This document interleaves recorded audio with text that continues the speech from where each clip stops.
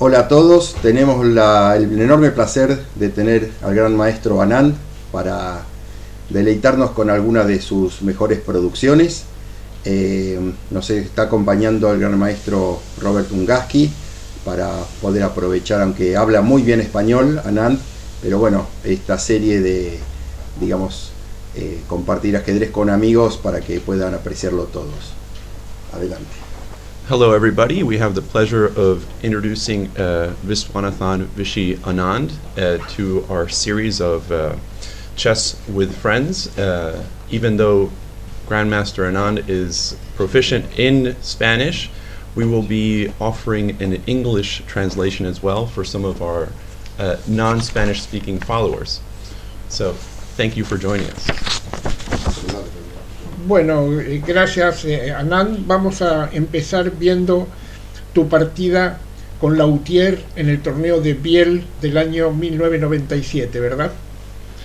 Well, thank you very much, Mr. Anand. We are going to begin by analyzing your game against Joel Lautier from the Biel tournament of 1997. Is that right? Yes, that's correct. Hello everyone, muchas gracias, saludos a todos. I have selected this game. It actually figures in my best games of chess, and even in the first edition, obviously. And it is probably my favorite game. Of course, the other games we're going to see are very special as well, and all the games, I hope, have a lot of artistic content that you will enjoy. But this one, it's really beautiful. I await your opinion on this one. So let's have a look.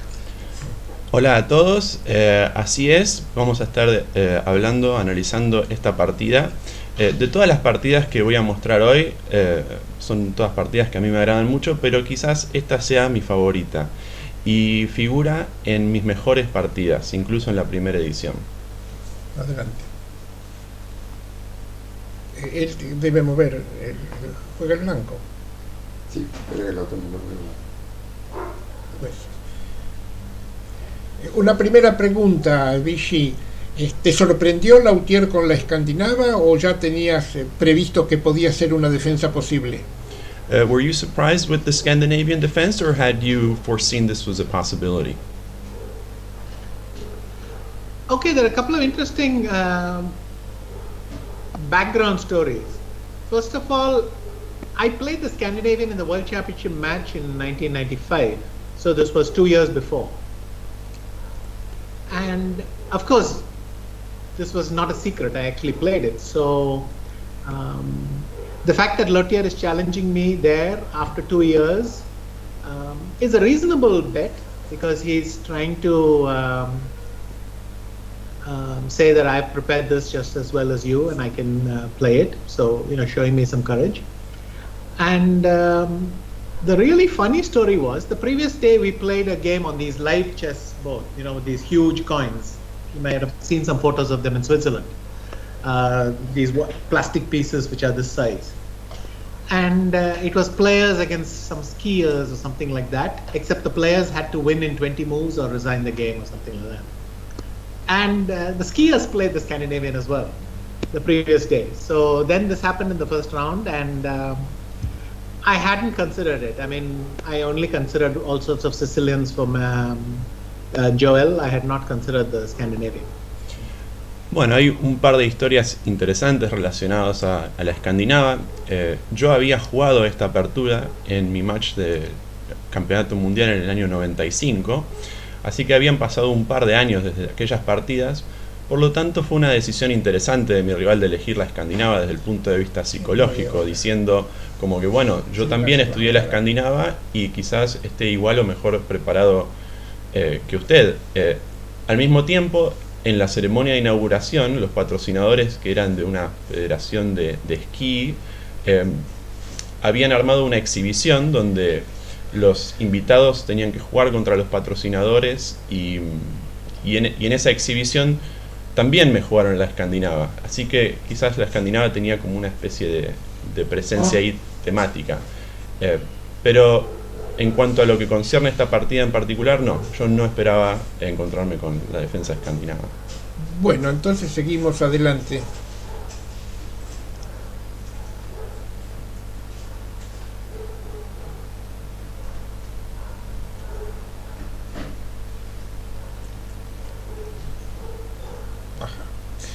Bueno, esa jugada es la pregunta. ¿Por qué, preferiste esa jugada?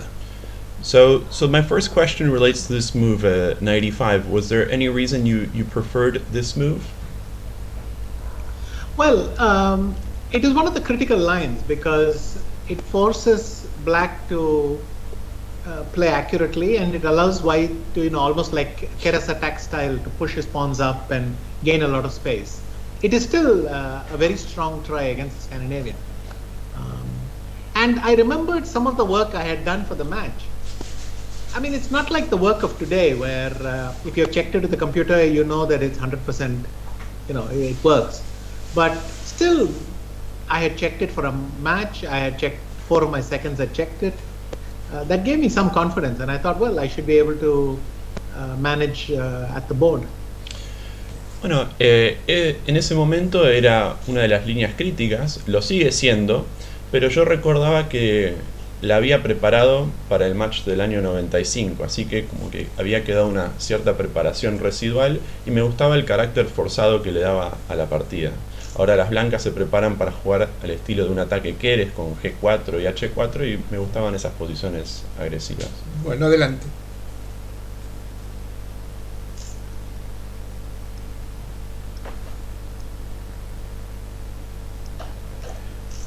Esa es la mejor. So sí. this far it's all fairly forced. I think the only other move was knight bd7 instead of knight bd7 to play bishop d6, but it's not very relevant. And so I took. Black has this option to take with the king, but anyway, I think if white plays bishop d2 or something, it's quite good for white. So he went knight takes d7. Hasta ahora es todo bastante forzado. Quizás aquí las negras tenían la opción de tomar con el rey en d7, pero aún así las blancas pueden jugar alfil de 2 y me parece que esa posición se mantiene como mejor para las blancas. Perfecto. Así que las negras jugaron caballo por d7. Adelante. Yeah, I think nowadays the current computer preference is castles here. Hoy en día, revisando esta variante con la computadora, prefiere la jugada en roque corto, ¿no? En vez de f3. Ajá. And then if bishop d5, then knight takes d5. Luego de alfil d5, caballo por d5. And bishop d3, and these positions are supposed to be very good for white. I mean, if you check them with the computer, I think the problem for black is if he does something like bishop d6, then you play queen f3 very quickly to stop black castling long. Entonces, Because then f7 will hang. And black king doesn't want to go short either, and somehow it seems to be a little bit unpleasant. But you can check this yourselves. But when I played rook h3, that was the top move. And of course, the Argentinians will appreciate that I think Daniel Campora had played a game in this position. Entonces, el problema de las negras, luego de la jugada en roque corto, es que tras caballo por d5, c por d5, alfil d3, por ejemplo, si las negras juegan alfil d6, las blancas van a jugar un rápido dama f3, presionando sobre el punto f7. Esto evita que las negras se enroquen largo y a la vez tampoco el negro quiere enrocarse corto, porque todas las piezas blancas apuntan a ese sector del tablero. Creo que en su momento la jugada torre h3 era la jugada del momento y probablemente los jugadores argentinos la puedan apreciar, ya que había un precedente de Daniel Cámpora en esta posición. Bueno.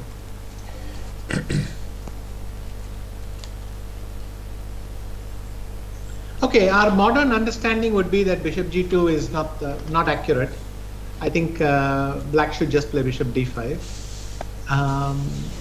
But this was hard to know because I think Lautier's idea was that the rook is safe on h3, and so let me tickle it. If it goes to g3, then after bishop d5, bishop moves, bishop d6 will gain a tempo attacking it. So if I did this, you can go here, and then in the future, sorry, I didn't mean that one. Yeah, in the future, bishop d6 will attack the rook. Entonces, quizás bajo los parámetros... And after rook e3, what happens in the game?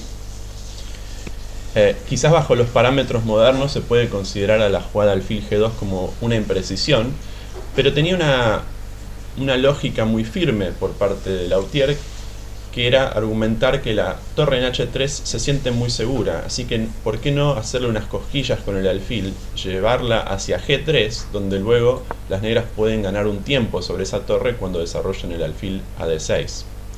Sí, pero yo tengo una pregunta importante, que es la siguiente: si se juega normalmente alfil D5 en vez de alfil G2, alfil G5, alfil D5, alfil D3, ¿no? Esa línea, ¿cómo se puede reclamar ventaja si qué se jugaría acá? ¿Alfil B4 tal vez? So I have a question here. Had black played the move bishop d5 instead of bishop g2, how would white claim an advantage? After bishop d3, how would the game continue? Long castles, ¿no? Enroque largo. I don't remember exactly how it's supposed to be, but also after bishop d5, now I'm better placed for bishop takes d5, most likely cd5, and then even rook f3, and then once again black can't castle very easily. I would have to check my notes as to what I intended at this point, but we had some theoretical basis for this. And the other thing is, of course, if I used modern computers, then they would show entirely new possibilities. But the evaluation is quite decent for white, I think. No recuerdo bien la teoría, tendría que revisar mis notas de aquella época, luego de alfil D3 en roque largo. No estoy muy seguro cómo las blancas conseguirían ventaja, pero lo que sí parece muy interesante en este momento sería tomar en D5 y nuevamente recurrir a esta idea de presionar en F7 para evitar que las negras se enroquen largo. Por ejemplo, luego de alfil por D5, C por D5, torre F3. Y creo que esta posición se perfila como para una ventaja. No me gusta caballo F6. But what about a knight F6 here, intending to renew the idea of castling?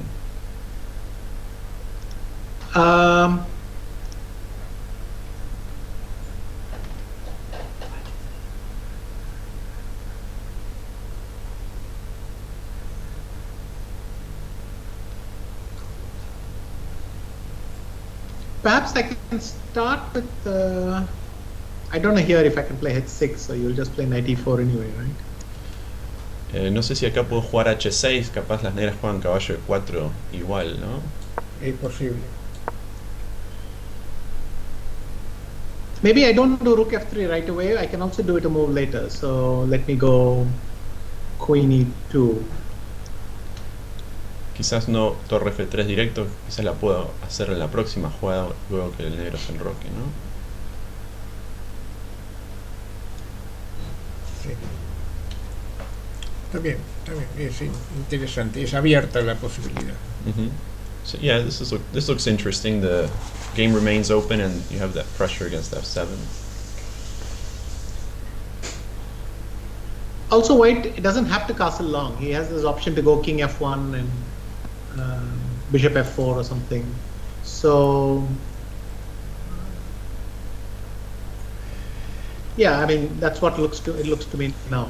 Estas consideraciones que hacemos ahora refuerzan el comentario de que la jugada enroque corto en vez de torre h3 es mejor. So it seems like all these variations that we're going over reinforce the idea that you mentioned, that perhaps castling kingside was stronger Instead than rook of h3. Sure. Yeah. Yes, I mean that is the current evaluation as well. So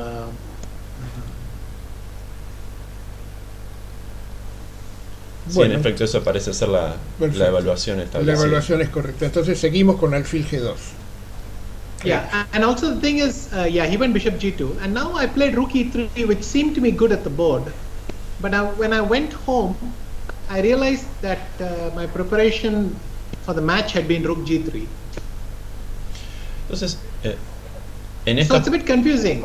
I seem to have checked bishop G2 because I considered it for black, and now I was optimistic that I could deal with it with white. And then at the board I found rook E3, but this is stronger in my opinion. En mi preparación yo tenía la jugada torre G3 como principal, pero sobre el tablero encontré esta jugada torre 3 que me parece aún más fuerte.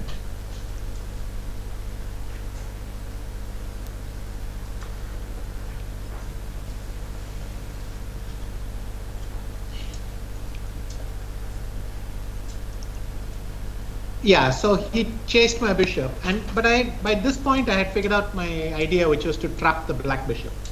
So I don't care about knight e3, bishop e3, because I'm going to play king f2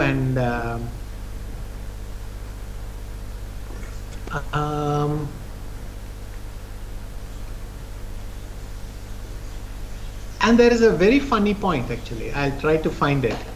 So here, if black plays knight takes e3, bishop e3, queen c7, then I go king f2. And if he goes queen h2, I play queen g1. And he's not in time. He takes, I take, and the bishop will run out of squares. But there is this move, queen c7.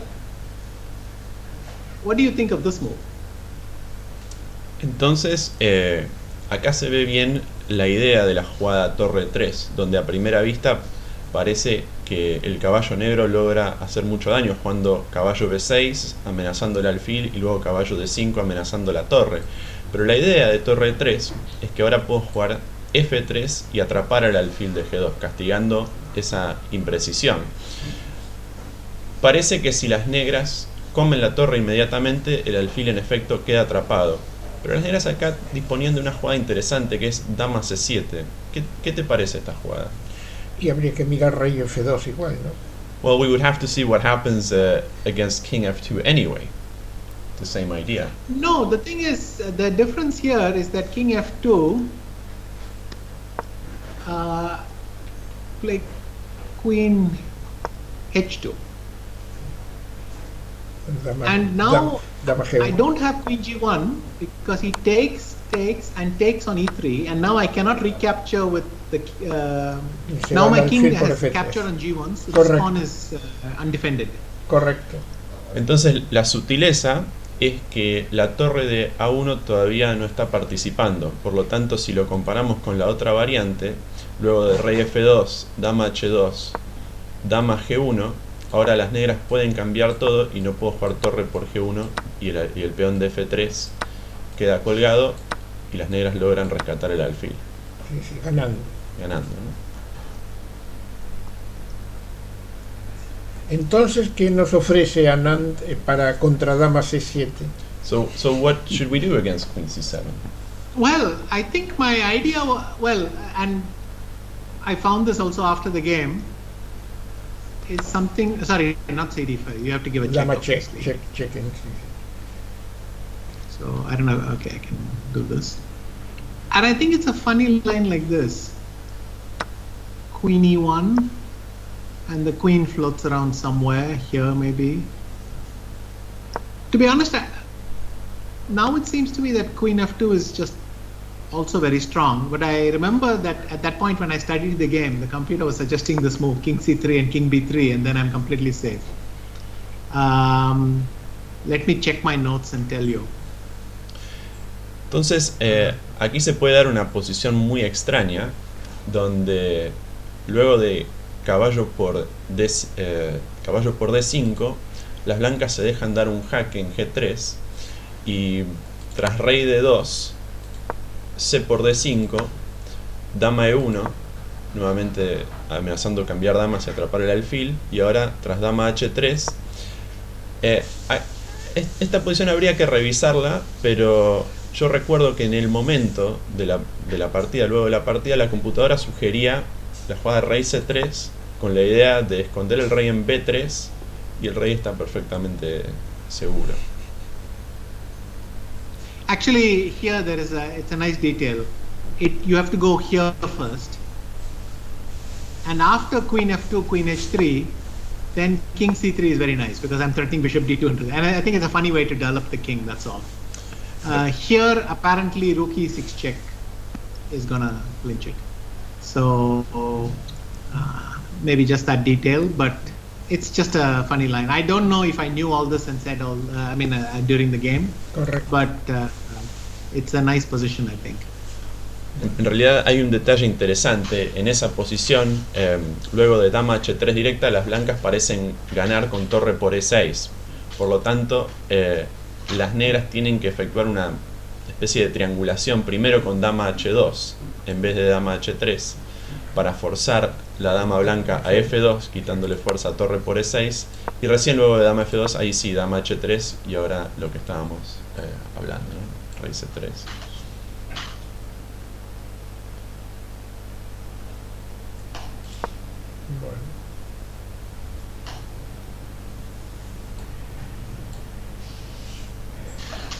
Okay. De acuerdo. Though to be honest, now I don't even understand why king e2 is not just as good because I can play bishop d2 and rook g1. So maybe if king e2, then bishop d6, bishop d2, I can harass the queen. That's the problem. So king c3, and then that way my queen has e2 and the rook is coming to g1 to collect the bishop. Entonces, simplemente mirando la posición ahora me pregunto por qué llevar el rey a c3 y no directamente a e2, ya que estoy amenazando alfil d2 y torre g1, parece mucho más simple, pero resulta que luego de alfil d6 la dama en f2 carece de casillas, y si continúo con alfil d2 luego de alfil g3 la dama... Puede haber un perpetuo de la dama. Sí, entonces la importancia de la jugada rey d2 es que mantiene la casilla e2 libre para la dama. Interesante. Bueno, entonces f3, so he went bishop b4. Y el rey 2. But this is fine. I'm willing to give a lot of pawns on the queen side because I'm collecting the bishop now. So I went ahead with my plan, which is king f2. Bueno, tras alfil b4 no tengo ningún problema en entregar algo de material en cuanto a peones en el flanco de dama, ya que estoy anticipando ganar el alfil de g2. Sí.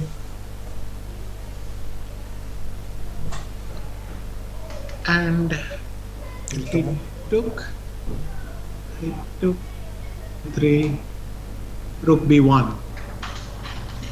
So even all this straightforward, but people who have played the Winawer, for instance, will know that sometimes this rook on this open file is incredibly powerful.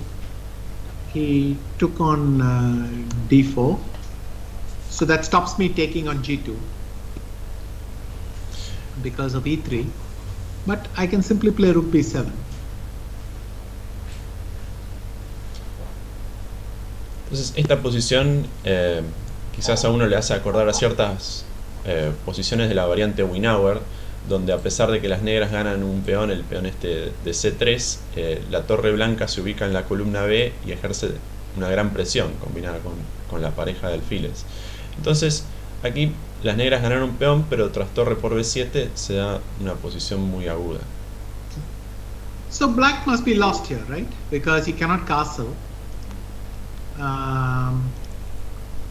He cannot castle because of bishop h7 check, and this is just looking pretty hopeless.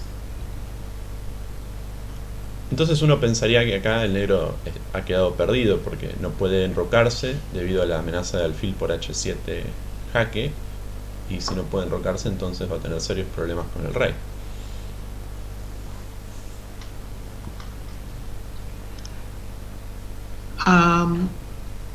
And And if he castles long, I can take on f7, and then there's a bishop a6 check, which is being threatened. So it's very hard to believe that black is going to come out of this okay. In fact, black is already lost, but the finish was very beautiful. Rook d8. And now, sadly, the computer says queen g1 is very strong, which is a pity, because it would be nice if the move I made was the only way to win or something. It wins, but it's just very pretty. Entonces, si las negras se hubieran enrocado largo, también hubieran tenido serios problemas tras la jugada torre por f7, y ahora se amenaza el descubierto en a6 en vez de h7. Por lo tanto, las negras jugaron torre d8, y acá lamentablemente la computadora sugiere la jugada dama g1 como la mejor jugada de la posición, que no es la jugada que yo hice. This also wins, so nothing to be done. You can't.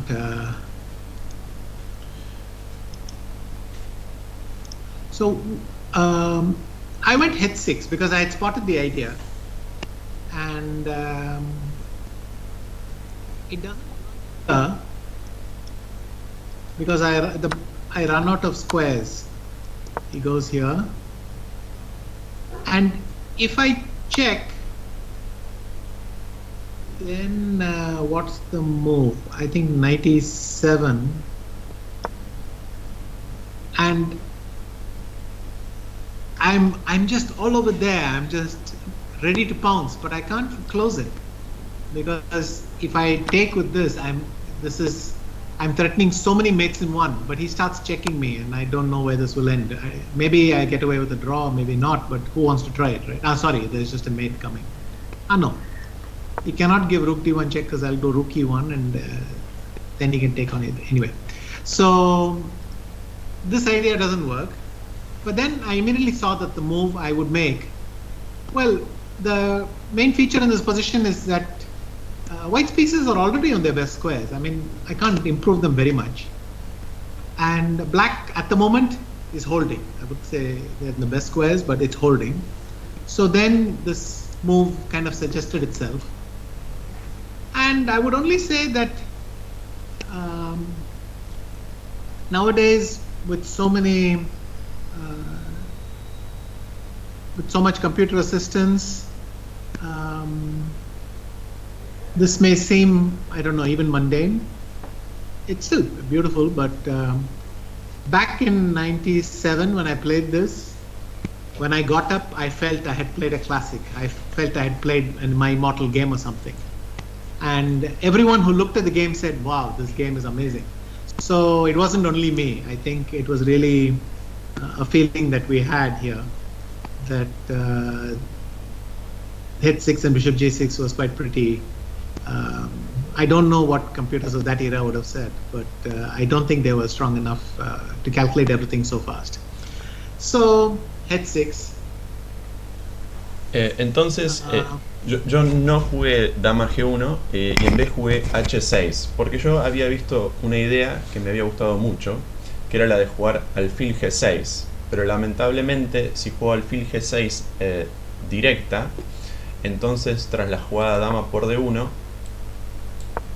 torre por e6, rey f8, ahora por ejemplo si alfil a3, sentía como que estaban todas las piezas perfectamente ubicadas como para dar mate, pero tras la jugada caballo e7 también sentía como que se trastabillaban las piezas y no llegué a encontrar un mate forzado. Por ejemplo, ahora si torre por e7, por e7, dama por f3, y las negras empiezan a dar jaques y la cosa ya no está tan clara, ¿no?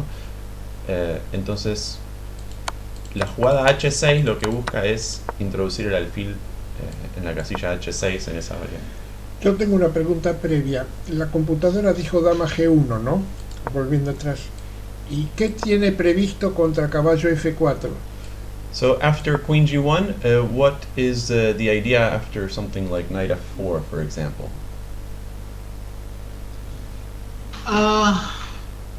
It could be queen e1.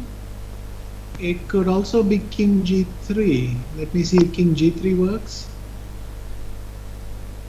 So king g3, you would play queen d6 so that you would threaten a discover check, right?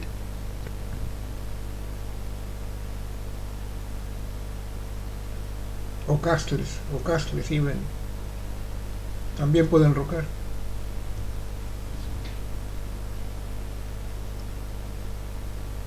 Yes, then I don't know, maybe I can go bishop b2.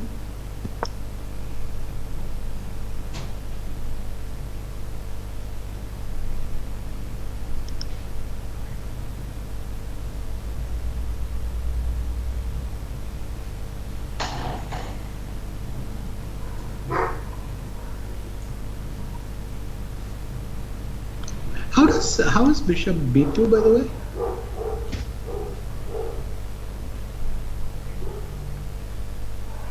¿Qué pasa alfil b2?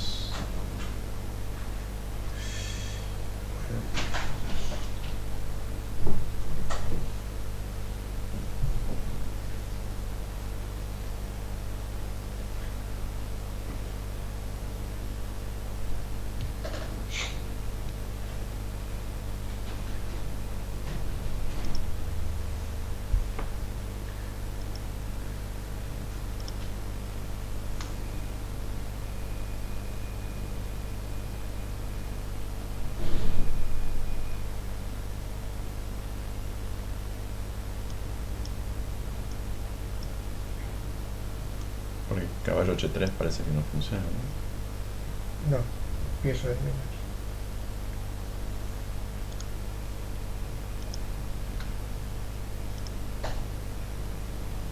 Yeah. Yes, I must admit queen g1 feels a bit strange, and I think it is possible to return also, though it looks strange. But now I have rook b4 in the air, and I'm threatening rook b4, and then the rook is attacking the knight. So maybe queen e1 is very strong, but it's a typical computer maneuver, no? Ajá.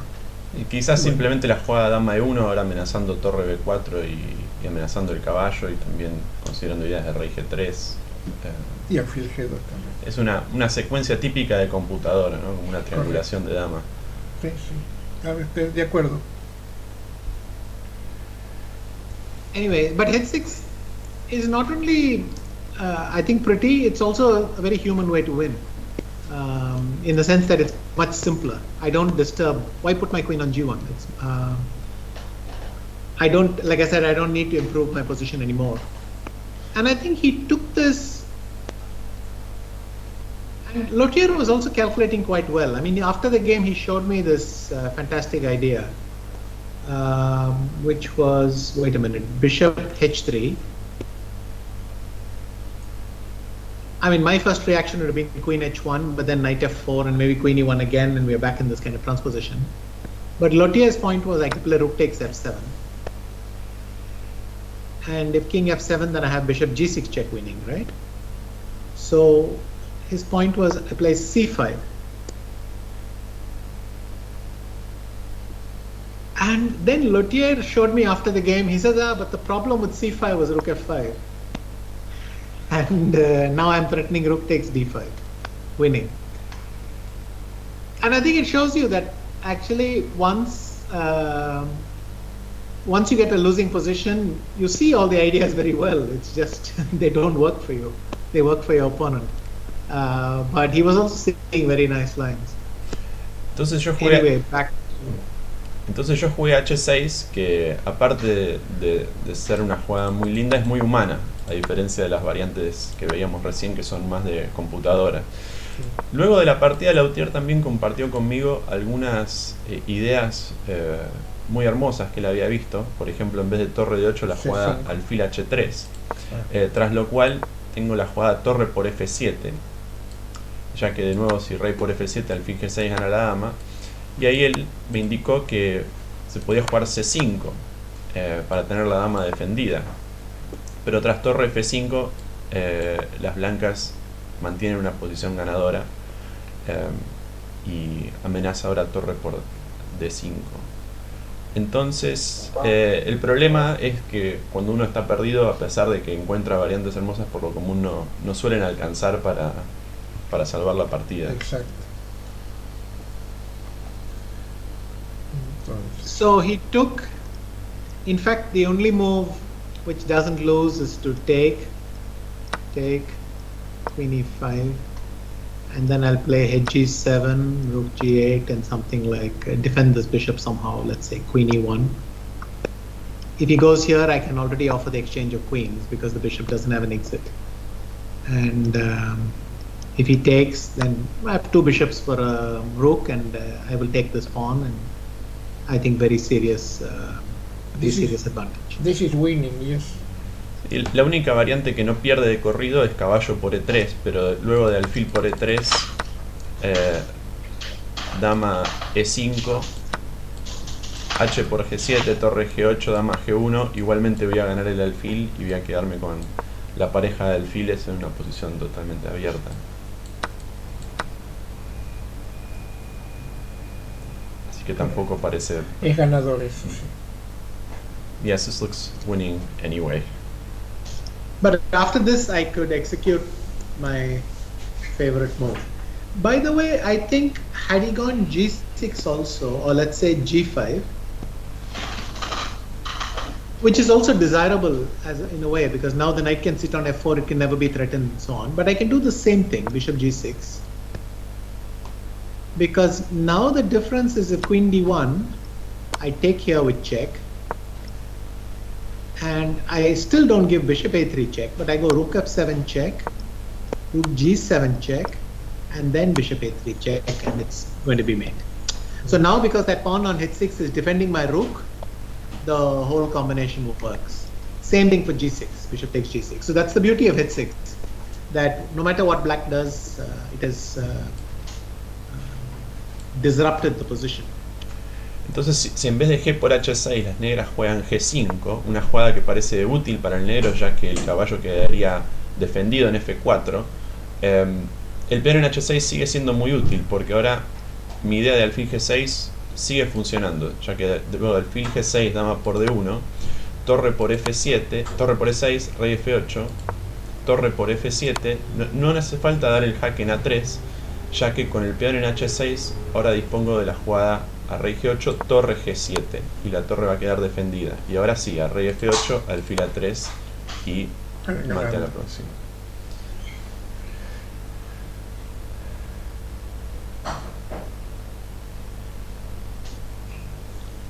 And after this, I could play bishop g6. Obviously, the point is queen takes d1, rook e6 check, and now that missing move, bishop h6.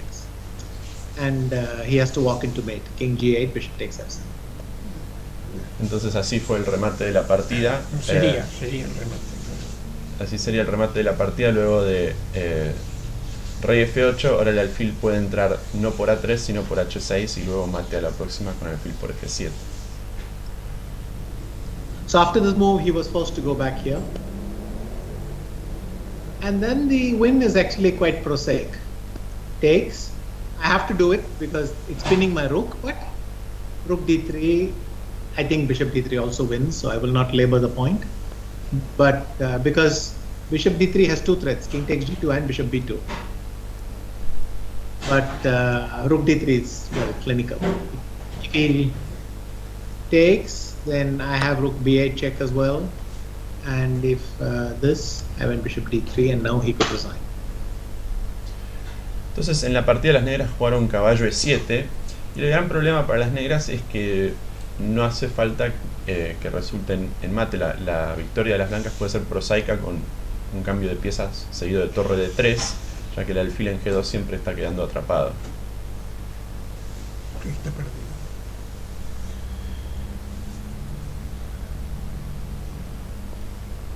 Bueno, excelente producción, Vichy. Felicitaciones. Yes. An excellent game, congratulations. Thank you.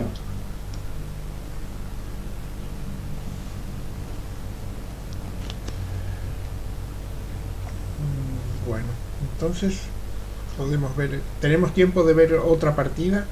So let's see. Do we have enough time to go over one more game? Yes, sure. I think this one is a nice one.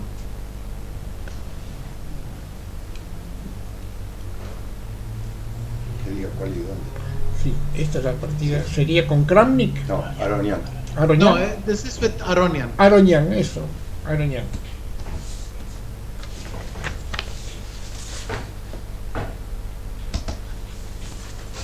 Perfecto. Esa fue jugada en el año 13 en el Tata Steel de Holanda, en Rijk aan Zee. So this is your game against Aronian from the Tata Steel tournament of 2013, yes? Yeah, Aronian is a very interesting opponent for me. I mean, he was a very difficult opponent for me. When we played this game, I think he was leading me by 5 wins. And after this, I narrowed the gap a little bit. I don't know if I won 3 or 4 games from this point. I think I won 3 games after this. And he won several more, and in the end, he is still has a favorable score against me, +4. But of the 5 wins I have against him, I could put 4 of them in my best games collection, and the 5th one, well, it was too one-sided to be interesting, but it was also very well played on my part at least. So interesting dynamic there. Aronian es un jugador muy interesante y siempre fue un jugador difícil para mí. En el momento que se jugó esta partida, él tenía un score de +5 contra mí, así que tras ganar esta partida logré achicar un poco esa desventaja, ya que luego gané unas 3 o 4 partidas. Luego él volvió a ganarme algunas y mantiene un score favorable. Pero de esas 4 o 5 partidas que yo gané contra Aronian, las pondría fácilmente entre mis mejores partidas. Excelente.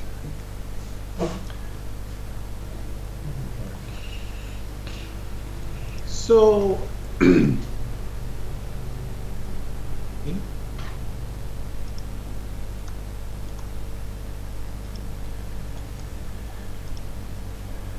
and this is typical Mehran.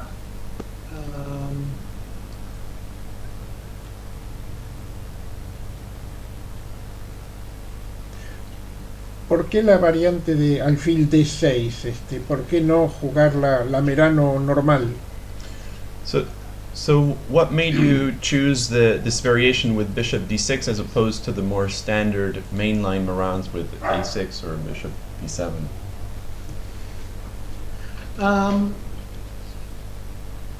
I don't have a very clear answer to that. It must have been some theoretical detail at that point in time. So in 2013, we must have been trying to avoid something. Of course, nowadays people play e4, e5, bishop c2 or something like that, and they keep things going here.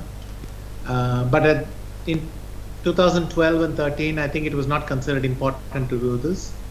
And bishop b7 had problems of its own. So it must have been some theoretical thing of what I was trying to avoid and what I was trying to get. But 70% of games transposed anyway, because after queen c2 you go back to bishop b7, and the way the 2 lines transpose.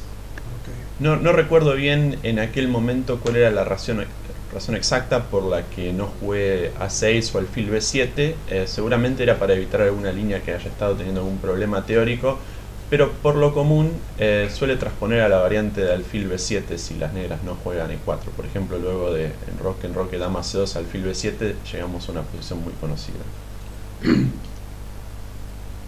Okay, so a3, and this was all standard till then. And black typically played a6 so that he could play c5. He played a5 so that he stops b4. He played h6. Rook e8, queen e7, all these moves have been tried. But the previous year, when I was preparing for Gelfand in my World Championship match, we found that this move works perfectly well. And generally my team like to tease me about my memory because I often forget what I'm supposed to play during the game and so on. And they said, this one is a piece of cake for you. Whatever your opponent does, play c5. And that is right. For e4, I play c5. And we see the power of the rook facing the queen, right? But this is going to be a common theme. b4, play c5. And after this, you take here. And this is a well-known draw, by the way. It goes something like bishop h2 check, and then knight d5 and queen h4, or rook g5, rook h5. So there are many draws, in this, typical draws in this position. And rook d1, also c5 is the move. And so it was just c5 in every move, and, you know, a good laugh. But Aronian played the critical line because, I mean, he had certainly considered rook c8. But the special work that we did showed us that knight g5, c5 is possible. And on the other hand, you could say Aronian was both, maybe I had lost too many games to him and he could not, you know, he was just confident, but it could also be he's a very confident player, as no doubt you've seen in his personality when he appeared last previous session. And but the thing is, if I don't play c5, I can almost resign, because if I go here, then he comes here, so attacking the bishop has to move somewhere, and then b4, and white gets a clamp on c5, and that bishop is behind this dead wall of pawns. So, well, my trainer Kazimzhanov thought he should have realized that I'm going to play c5 simply by the fact that the alternative is almost resignation. Okay, interesting detail. I went c5. Entonces, entonces en esta posición luego de a3, lo normal hasta este punto era que las negras jugaran a6 preparando c5. Pero con mi equipo de analistas, cuando estábamos preparándonos para el match contra Gelfand, habíamos encontrado esta jugada torre c8 y mi equipo medio que me decía en broma, ya que yo suelo olvidarme las preparaciones a menudo, decían, con torre c8 es imposible que te olvides porque tenés que jugar c5 a la jugada que venga, a cualquiera. Por ejemplo, si b4, que parece una jugada natural, entonces c5, y esto lleva a una variante hoy bien conocida que resultan unas tablas por jaque perpetuo, luego de alfil por f3, g por f3, caballo por c5, d por c5, torre por c5, y ahora las negras amenazan alfil por h2, seguido de torre h5 jaque, torre g5, o incluso alfil por h2, seguido de caballo d5, y entonces entraría la dama a h4 y daría perpetuo. Si en vez de b4 las blancas intentan otras jugadas como e4 o torre d1, igualmente las negras van a jugar c5 y se aprecia claramente la fuerza de la torre en c8. En la partida de Aronian jugó caballo g5, que es una jugada muy provocadora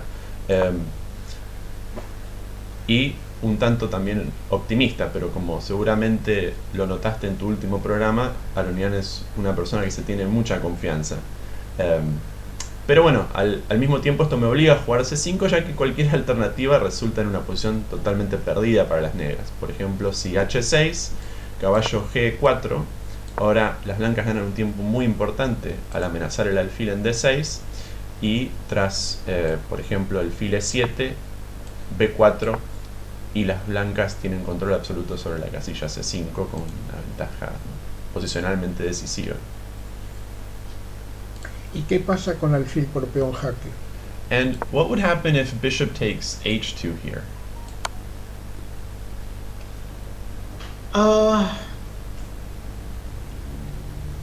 Let's try king. Yeah. Caballo jaque. Yeah.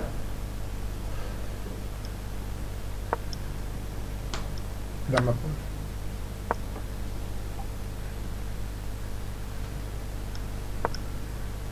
And this position is surprisingly unpleasant.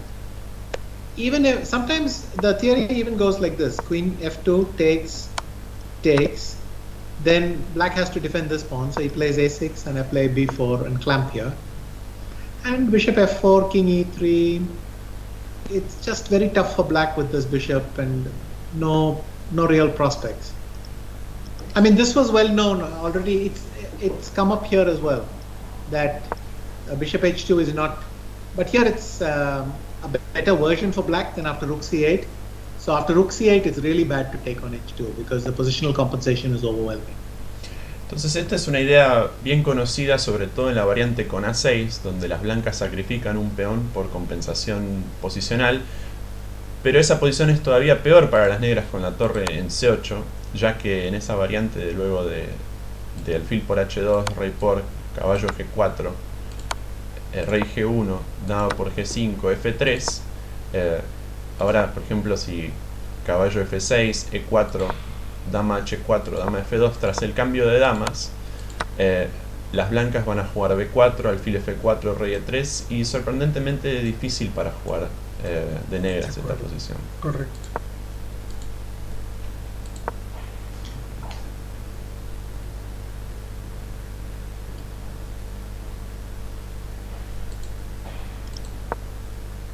So I went c5, and by the way, here after I was already quite worried because the line after bishop h7, king h8, f4 I remembered quite well is g6, and then takes, queen g6.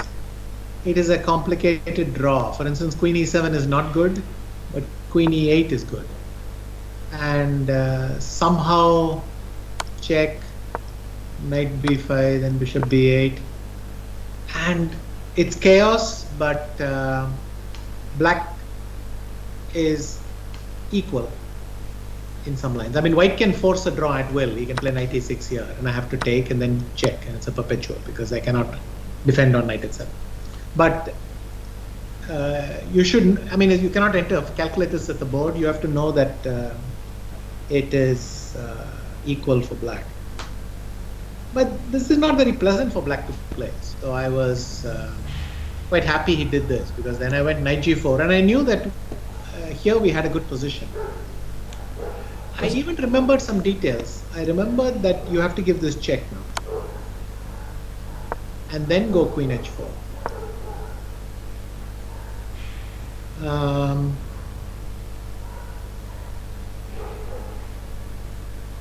And again, it is compensation, and I hoped that I would find my way at the board. You know, when you can't solve something, you can do it by elimination, and there's good attack. And also, it's a minefield. If white crosses some line, he can very easily be lost. So it's dangerous for white also.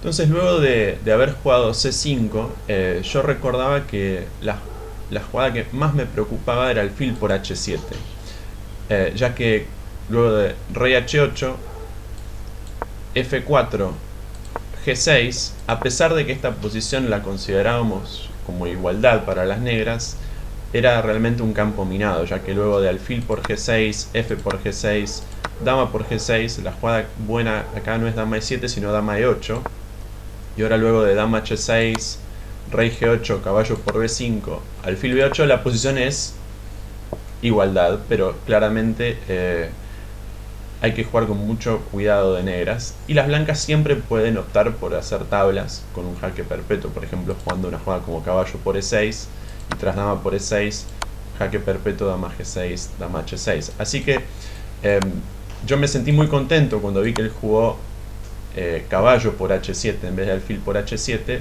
porque sabía que este no era el principal problema de la variante. Así que luego de caballo por h7 jugué caballo g4, y ahora tras, por ejemplo, h3, recordaba que había que intercalar la jugada alfil h2 jaque y el rey h1 dama h4. No recordaba muy bien la preparación, pero tenía la fe de que podía surfear las complicaciones a partir de este punto.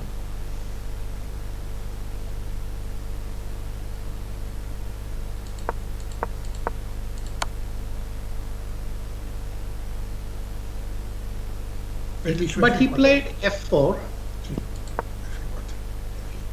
and this threw me off completely. because it had not been one of the main problems, in the sense that, and already the computer's evaluation was that black is doing well here. So then you think, and I already mentioned that my seconds sometimes found that I forgot my preparation, and this was one of these cases. You can't remember everything because you can't be revising the same line 100 times. You have other lines to check. But this particular move, I sat at the board thinking, okay, I know two things. One is the computer, it was not one of the main moves, which means it can't be good. And already after knight g4, the computer gives black a good evaluation. So what I'm doing can't be bad. But I tried and I tried and I couldn't see any sensible way to play. And I sat thinking for 25 minutes at this point. I think I spent 25 minutes. It could have been even slightly more. Which is funny. You come up with a novelty, you play c5, you do all this stuff, and then you sit there blank at the board. Essentially after one of the first moves, no? Knight h7, knight g4, f4 can't be the end of your preparation. It has to be one of the beginning points, starting points. And the only thing I could remember was that somewhere in my head I remembered that my knight comes to d3. Now I don't know that it's this route, but the knight comes to d3. And I'm sitting there thinking, but I don't see any way for the knight to get to d3. I could not see, I mean, after this, knight c5, for instance, you can't take because of queen h4, but I think knight f8 is probably working now. Yeah, it's no problem. So I was thinking and thinking, and I could not see a line where the knight ends up on d3. It's not knight c5. And so what is the move? Maybe after knight c5 also there is bishop e2, I don't know. But anyway. And literally I tried all the moves in the position. I tried queen b6, this, that, queen h4, all the usual suspects. And I could not make it work. And if I had not had this memory in my head of seeing a knight on d3, I would have lost the game probably. But because there was a knight on d3, by elimination, I thought the only way it can get there is like this.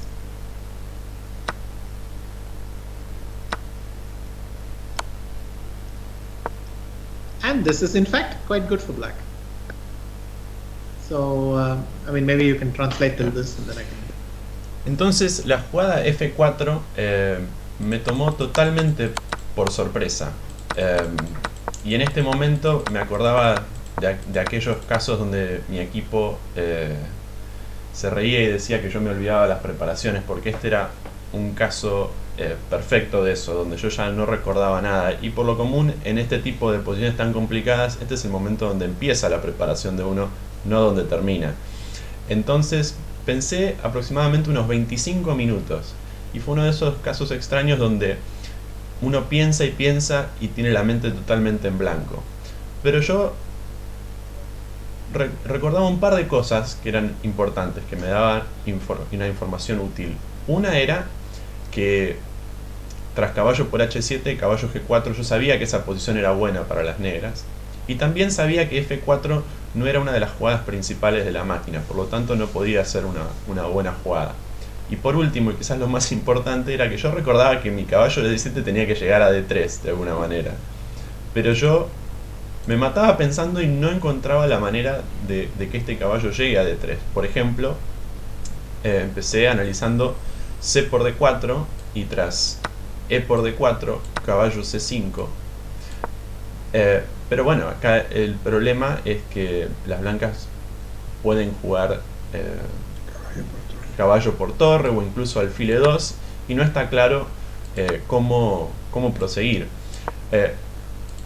Entonces empecé a buscar otra manera de que el caballo llegue a d3, y si no hubiera sido por este pedazo de información de saber que el caballo tiene que llegar a d3 por buenas o por malas, muy probablemente hubiera perdido esta partida. Y fue entonces que encontré la jugada alfil c5. ya que ahora tras D por C5, caballo por C5, si caballo por F8 por ejemplo, tras dama D4, rey H1, caballo por D3, ahora sí la posición de las negras es muy buena. And then, but this is still better. I think after H3, I will give knight F2 check, takes, king H2, but white is surviving this position, so he should have done this. What he did was a terrible mistake. Entonces, aún así, a pesar de que la posición de las negras es buena, las blancas parecen estar sobreviviendo y es sin duda lo que tendría que haber jugado el blanco, ¿no? Tras, por ejemplo, H3, caballo de F2, torre por, caballo por, rey H2, la partida continúa. Pero la jugada que hizo en la partida es un error muy grave. And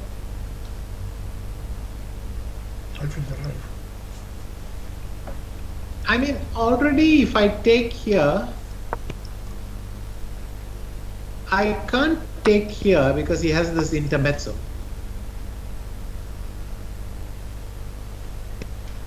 But I can play knight F2 check, takes, and I have good compensation. So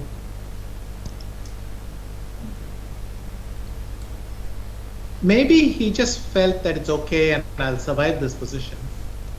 But now, I mean, to be honest, from now on, the moves get prettier and prettier, even though they become less and less difficult to find. I mean, at least for me, from this point on, everything I could see in a flash. But I must say the visual impact, it looks more and more beautiful. Entonces, en esta posición, quizás las blancas pensaron que, bueno, tras alfil por D4, rey H1, si caballo por H2 tenían esta jugada intermedia caballo G5 cortándole el paso a la dama, o si no, en vez de caballo por H2, si caballo F2 jaque, torre por F2, alfil por F2 y caballo por F8 tampoco, resultando en una posición muy clara. Pero la verdad que tengo una jugada mucho más fuerte y es algo extraño porque a partir de este momento las jugadas de las negras se vuelven cada vez más hermosas, pero para mí eran cada vez más fáciles. En este punto ya era como que las jugadas me surgían naturalmente. So I went knight d5. Mira qué jugada. I mean, already this is magic. I think we'll just show one an entertaining variation. King h1 and of course queen g1 check. Rook g1, knight f2 is made. So knight f8 doesn't work. And because of the threat of queen takes d4, queen g1, and dc5 doesn't work because of queen d4 and knight f2 and queen f2. And there is no defense to both this mate and this mate. There simply isn't. So after knight d5, he played the best move. Sorry, if you want to translate. Entonces, luego de la jugada caballo d5, realmente empieza un momento mágico de la partida. La idea más clara se ve luego del caballo por f8, por ejemplo, donde tras dama por d4 seguido de dama g1 se da un mate Philidor. Y si en vez de caballo por f8 las blancas toman el alfil en c5, bueno, ahora dama d4 igualmente, y tras rey h1, caballo f2 jaque, torre por, dama por, y no hay manera de que las blancas eviten tanto el mate en g2 como el mate en e1. Por lo tanto, en la partida él jugó alfil por g4, que es la mejor jugada. So then it's clear, I take here and I take here. And now he played knight f8. He probably should have played knight g5, but then I have a rook as well threatening to come, and I can also play knight f6. Basically, anybody who plays the knight off will understand what I mean, that this pawn is on f4 and all these squares these diagonals are huge for black. But he took here instead. Entonces él tomó en F8, la alternativa era jugar caballo G5 para cortarle el paso a la dama nuevamente, pero en esta posición cualquier jugador de Najdorf puede apreciar que con el peón en F4 las negras tienen una gran presión sobre el flanco rey, los alfiles de D4 y B7 son muy poderosos, y tras una jugada por ejemplo como caballo F6, esta posición la verdad que es muy difícil jugar de blancas. Entonces él jugó caballo por F8. And this was a slightly unpleasant thing because I had not paid attention to this move. And then I sat for a while thinking, well, the obvious problem is queen h4, there is queen h7. Some of the viewers may remember this famous Kramnik-Fritz game where there was a king on f8 and Kramnik allowed queen h7 mate. And the joke was if the knight was on f6, Kramnik would never have missed queen h7. But with the knight on f8, it simply didn't appear in front of his eyes. Okay, so knight f8, queen f8, I think even for the exchange I have decent compensation, but it's no real fun playing that. And then luckily I found this move f5. So again, the position is very good, but you still have to find the moves, right? He goes knight g6, queen f6. I mean, here every move is forced and very strong. He played h3. If he had gone here, the only move which doesn't lose for black also wins, which is this. But there is no other way. Queen h4 and all, nothing else works. But knight h2 is sufficient and it's good. So we know that. Entonces la jugada caballo por F8 medio que me tomó desprevenido. La idea básica de caballo por F8 es poder contrarrestar la jugada dama H4 con dama H7. Quizás alguna de las personas que estén mirando este análisis recuerden una partida entre Kramnik y Fritz, donde Kramnik inexplicablemente se cuelga un mate así en H7, precisamente porque es más difícil visualizar el jaque en H7 con el caballo en F8, ya que estamos más acostumbrados a ver el caballo en F6. Pero en este caso, en vez de dama H4, jugué F5, cortándole el paso a la dama blanca, y ahora tras caballo G6, dama F6, acá curiosamente si las blancas hubieran jugado caballo E5, la única jugada que tienen las negras también resulta ser la jugada ganadora, que es caballo por H2, seguido de dama H4. Vuelve porque vuelve el caballo a F4 y no sirve alfil por caballo y dama 3 torres. And llega el alfil a F4, mira que sí, so if bishop takes E5, F takes E5, queen H4. Oh, you have bishop F4 just in this time. is Yeah? enough, yes. Okay. Very good. But even h3, queen g6, and already I could see that it's over. But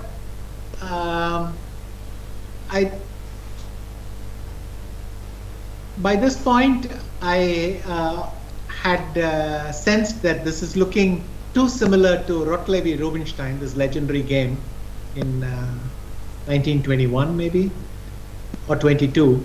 And it started to feel like that. So, you know, if the viewers want to check that game as well, it's a legendary game. And I like to quote it as one of my examples of reasons for why you must study the classics. That when you study the classics, you see some patterns much quicker.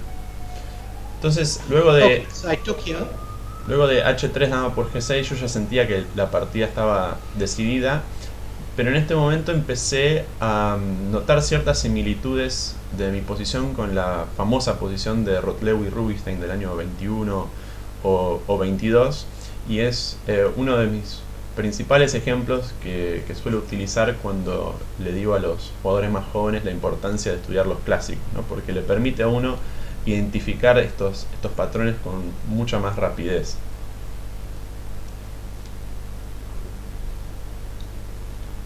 And in fact, the game got over very quickly. When queen e2, which it's not that white has many good moves, but anyway, this doesn't help. And I went queen h5, and it's funny that already here white cannot stop this, and shows the power of the bishops. And then his only hope is to do rook f3, whereupon I play knight f2 check. He can't take because 2 pins.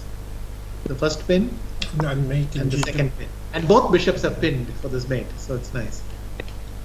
But he goes here, and then I take. And now I'm winning the ending very easily. And this is lost. So he went queen d3. I'm sure he understood the evaluation, but nonetheless he kind of seemed confused. He went queen d3, and then I hesitated for a while. More or less, you know it's winning, but you just give yourself a second to check. And I cut off the queen. So now the queen is not defending that pawn anymore, and he had to resign. So this is another really beautiful game, and it was my first win against Aronian in 6 years at that point. So I really needed this win against him. Entonces, tras dama d3, yo hice la jugada pensé un momento porque no era la jugada principal que yo esperaba. Sin embargo, jugué alfil e3 y tras esa jugada él abandonó. Yo esperaba que él jugara torre f3, tras lo cual se da una variante muy linda luego del caballo f2 jaque. Torre por f2, por ejemplo, ahora dama por h3, y se ve la doble clavada ahí con los alfiles tras rey g1, dama por g2 es mate. Y si en vez de torre por f2 las blancas jugaran rey h2, entonces ahí puedo entrar en un final fácilmente ganador tras alfil por f3, dama por f3, g por f3, alfil por c3, b por c3 y torre por c3. Una posición ganadora para las negras. Así que esta partida la verdad fue muy importante para mí porque yo no lograba ganarle a Aronian en más de 6 años, y esto, digamos, me dio un respiro. Yo creo que es una partida extraordinaria con 3 momentos críticos. La jugada alfil c5 es fantástica, luego caballo e5 también, y f5 también son momentos críticos de la partida que Anand con un gran talento pudo resolverlo. Well, this is truly an extraordinary game, and in my opinion has 3 key moments. First, the move bishop c5, then the move knight d to e5, and lastly the move f5. All seem to work together in unison to deliver a beautiful attack.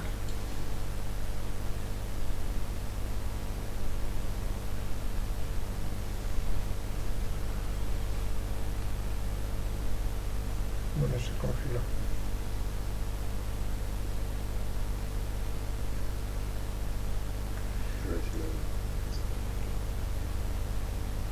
Well, Vichy, thank you very much for this show, your talent.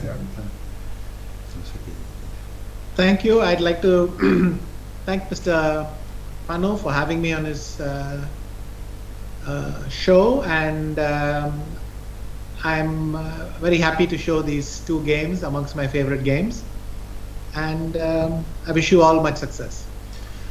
Bueno, quería agradecerle al señor Pano por tenerme en su programa. Fue un gusto para mí mostrarles estas partidas que son de mis favoritas, y les deseo lo mejor para el futuro. Muchas gracias. Bueno, yo también agradecerte por la diferencia horaria y el intercambio de mails para coordinar todo, Vichy. Agradecer al maestro internacional Nahuel Díaz, a nuestro amigo Roberto Ungaski, para que todo el mundo pueda escucharlo, y a Nicolás Fiori, que nos dio todo el soporte técnico en las pruebas y ahora está tras bambalinas haciendo los ajustes. Así que muchísimas gracias, Vichy. So I also wanted to thank you, Mr. Anand, for not just showing us the games, but also all the preparations leading up to today, all the communications we've been having so far. Wanted to thank International Master Nahuel Diaz for helping us with the replay of the games, Robert Hangaski for doing the translation, Nicolas Fiori for doing some of the technical support as well. So once again, thank you very much. Thanks, everyone. Bye.